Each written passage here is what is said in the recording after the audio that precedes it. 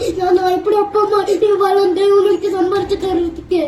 சமூக வலைதளங்களில் படு வைரலாக ஒரு சிறுவன் பேசும் வீடியோ பரவி கொண்டு வருகிறது. அதாவது ஒரு தாய் தன் பிள்ளையை படி என்றுதான் கூறியிருக்கிறார். ஆனால் அந்த சிறுவனும் அதை தவிர வேறு என்னென்னமோ பேசுகிறார். அதாவது விடுமுறையில் அவர் அம்மா வாய்ப்பாடு எழுத சொல்லி இருக்கிறார். அதற்கு அந்த சிறுவனோ மனம் நொந்து விட்டான் போல.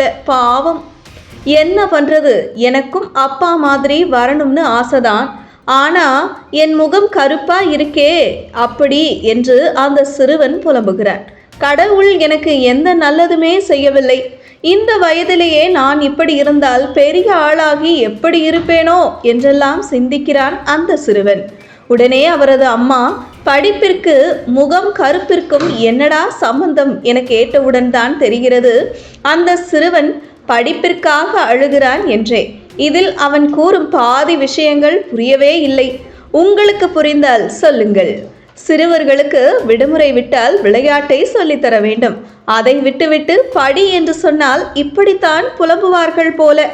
அதிலும் இந்த சிறுவனுக்கு வரும் யோசனையெல்லாம் சில பேருக்கு மட்டும்தான் தோன்றும். கடவுள் ஒண்ணு செஞ்சு தர்றேன். நான் எப்படி அப்பா அம்மா வளர்ந்து உனக்கு சம்பாரிச்சு தர்றதுக்கு.